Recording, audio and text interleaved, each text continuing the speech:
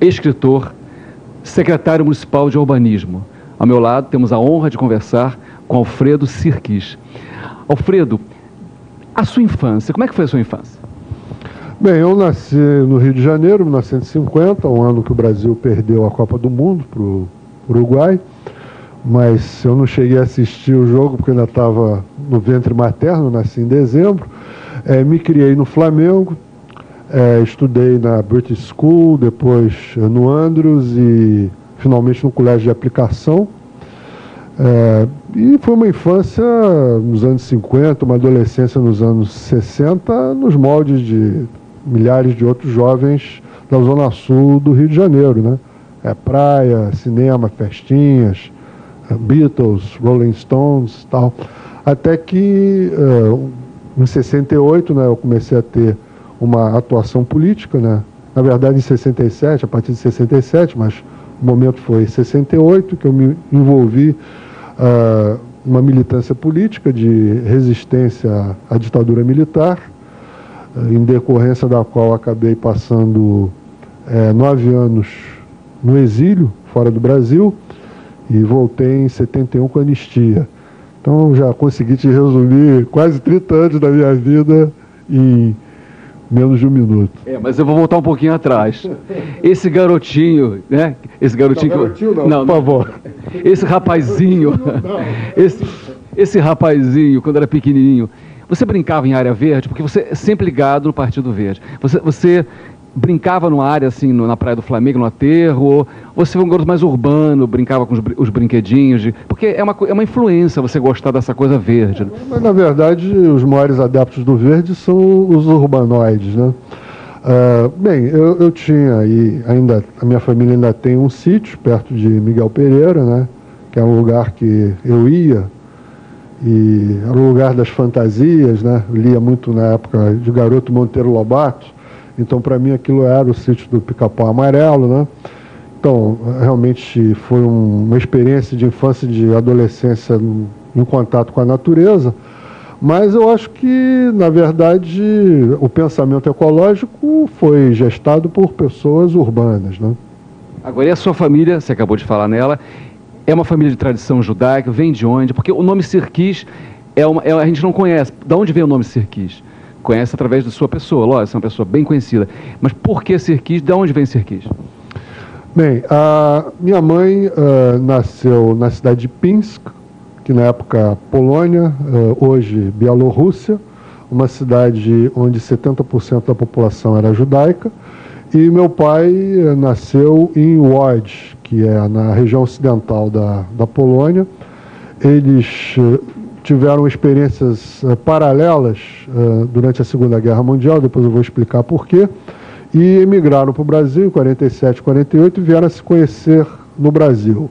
A história da guerra dos dois é interessante, porque, bom, a minha mãe, a Liliana, que é uma modista muito conhecida na cidade do Rio de Janeiro, Liliana Sirkis, ela morava em Pinsk e ela era filha de um dos 13 mil oficiais poloneses que foram assassinados pelo Stalin na floresta de Katyn, o famoso massacre de Katyn, foi praticado pelos russos, né? Porque quando os nazistas atacaram a Polônia pelo Ocidente, em função do pacto de não agressão Molotov-Ribbentrop, do acordo do Stalin com Hitler, os soviéticos entraram do outro lado, na região oriental da Polônia, ocuparam toda a região oriental da Polônia. Minha mãe estava justamente nessa região que foi ocupada pelos soviéticos. E o meu avô, que era militar, foi preso e depois foi um dos 13 mil oficiais poloneses massacrados na floresta de Katyn, por ordem direta do Stalin.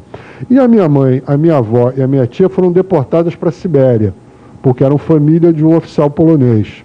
O que, paradoxalmente, foi a melhor coisa que pôde lhes acontecer, porque isso salvou a vida dessa parte da minha família, dessas 3 mulheres, porque depois, quando estourou a guerra entre a Alemanha e a União Soviética, os nazistas invadiram Pinsk e massacraram todos os judeus. Todos os judeus de Pinsk foram exterminados. E a minha mãe, a minha tia, a minha avó, como estavam na Sibéria, foram salvos. Então, há males que vêm para o bem. E depois, no final da guerra, voltaram para a Polônia. No momento em que o trem saiu da União Soviética e entrou em território polonês, houve uma tentativa de pogrom dentro do trem contra os judeus, por parte daqueles mesmos poloneses que estavam exilados na Sibéria junto com elas, dizendo que os judeus eram culpados pelo fato de ter havido aquela guerra, enfim. Então, naquele momento, a minha mãe percebeu que não havia mais lugar para ela na Polônia.